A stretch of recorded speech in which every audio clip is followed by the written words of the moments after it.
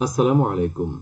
আজ শুক্রবার ১৩ই বৈশাখ, ১৬ই শাওয়াল, ২৬শে এপ্রিল।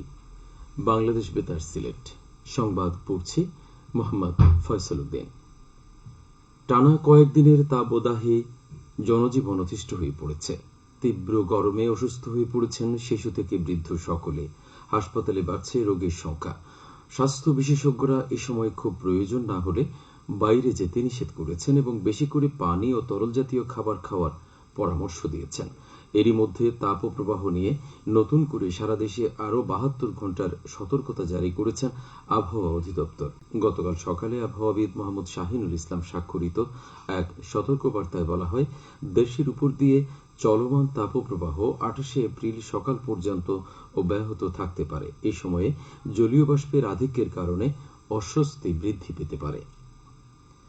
নানা আয়োজনের মধ্য দিয়ে বিশ্ব ম্যালেরিয়া দিবস পালিত হয়েছে গতকাল। ২০০৭ সালে ওয়ার্ল্ড হেলথ অ্যাসেম্বলির ৬০তম অধিবেশনে বিশ্ব ম্যালেরিয়া দিবসের প্রস্তাবনা করা হয়। এরপর থেকে প্রতি বছর ২৫শে এপ্রিল দিবসটি পালিত হয়ে আসছে।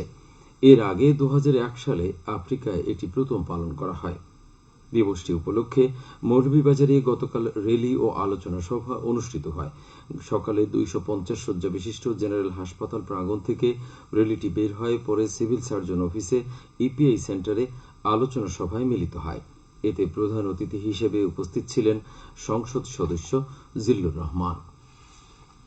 বিভিন্ন সরকারি বেসরকারি হাসপাতাল ও ক্লিনিকের ডাক্তার, নার্স, স্বাস্থ্যকর্মী, জনপ্রতিনিধি, সুশীল সমাজের প্রতিনিধি এ সময় উপস্থিত ছিলেন। স্বাস্থ্য অধিদপ্তর ও হাসপাতাল কর্তৃপক্ষ যৌথভাবে এর আয়োজন করে।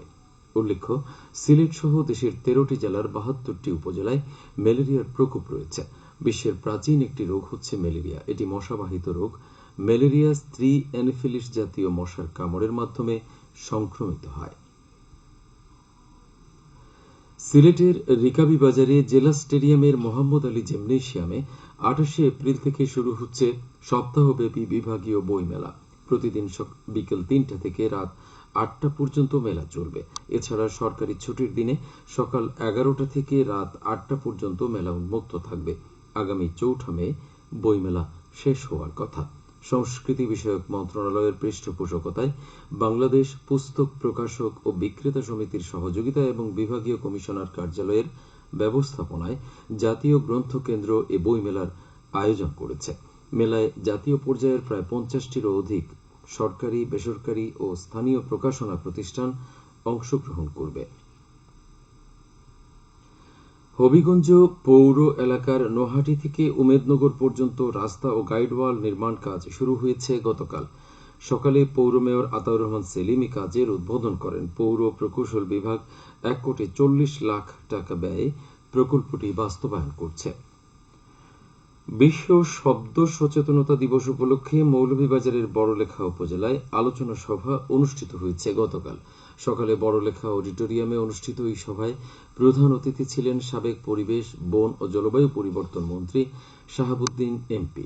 বিশেষ অতিথি ছিলেন উপজেলা পরিষদ চেয়ারম্যান মোহাম্মদ শোয়েব আহমদ ও বড়লেখা পৌর মেয়র আবুল ইমাম মোহাম্মদ কামরান আহমেদ। এতে প্রশাসন ও বিভিন্ন সংগঠনের প্রতিনিধি উপস্থিত ছিলেন। পরিবেশ অধিদপ্তর এর আয়োজন করে।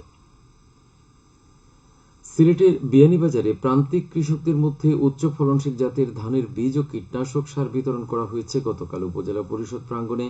১,৩০০ কৃষকের মধ্যে বীজ ও সার বিতরণ কার্যক্রমের উদ্বোধন করেন সাবেক শিক্ষামন্ত্রী নুরুল ইসলাম নাহিদ এমপি। এ সময় প্রশাসনের কর্মকর্তা ও জনপ্রতিনিধি উপস্থিত ছিলেন। এবারে শুনুন কৃষি সংবাদ। হবিগঞ্জের লাখাই উপজেলায় ২,০০০ কৃষকের মধ্যে আউশ প্রণোদনা কর্মসূচির আওতায় বিনামূল্যে ২৫ লাখ টাকার ধান বীজ ও রাসায়নিক সার বিতরণ করা হয়েছে গতকাল বেলা ১২টায় উপজেলা পরিষদ মাঠে। বিতরণ অনুষ্ঠানে প্রধান অতিথি ছিলেন সংসদ সদস্য অ্যাডভোকেট মোহাম্মদ আবু জাহিদ। অনুষ্ঠানে উপজেলা কৃষি সম্প্রসারণ অধিদপ্তরের পক্ষ থেকে প্রত্যেক কৃষককে ১০ কেজি ধানের বীজ ও ২০ কেজি করে ২ রকমের রাসায়নিক সার প্রদান করা হয়।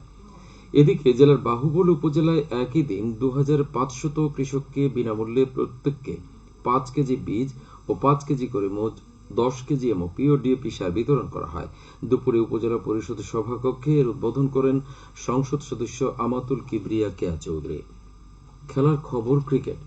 সিলেট জেলা ক্রীড়া সংস্থার আয়োজনে দ্বিতীয় বিভাগ ক্রিকেট লিগে আজ ব্লু নবাগত ক্রীড়া চক্র শেখঘাট পায়োনিয়ার্স গ্রিন ক্লাবের মোকাবিলা করবে।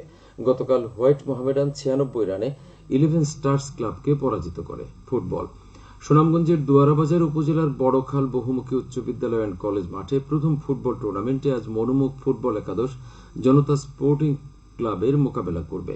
গতকাল ছড়ারপাড় স্পোর্টিং ক্লাব 1-0 গোলে কালাইট চক যুব সংঘকে পরাজিত করে। সবশেষে আবহাওয়া, আজ বেলা 1টা পর্যন্ত পূর্বাভাসে বলা হয়েছে সিলেট ও পার্শ্ববর্তী এলাকায় উত্তর উত্তর পশ্চিম দিক থেকে অস্থায়ীভাবে ঘন্টায় সর্বোচ্চ 60 কিলোমিটার বেগে ঝোড়ো হাওয়া বয়ে যেতে পারে, সেই সঙ্গে হতে পারে বৃষ্টি অথবা বজ্রসহ বৃষ্টিপাত। এসব এলাকার নদী বন্দর সমূহকে 1 নম্বর সতর্কতা সংকেত দেখিয়ে যেতে বলা হয়েছে। আজ সিলেটে সূর্যোদয় হয়েছে 5টা 21 মিনিটে এবং অস্ত যাবে 6টা 20 মিনিটে। সংবাদ শেষ হলো।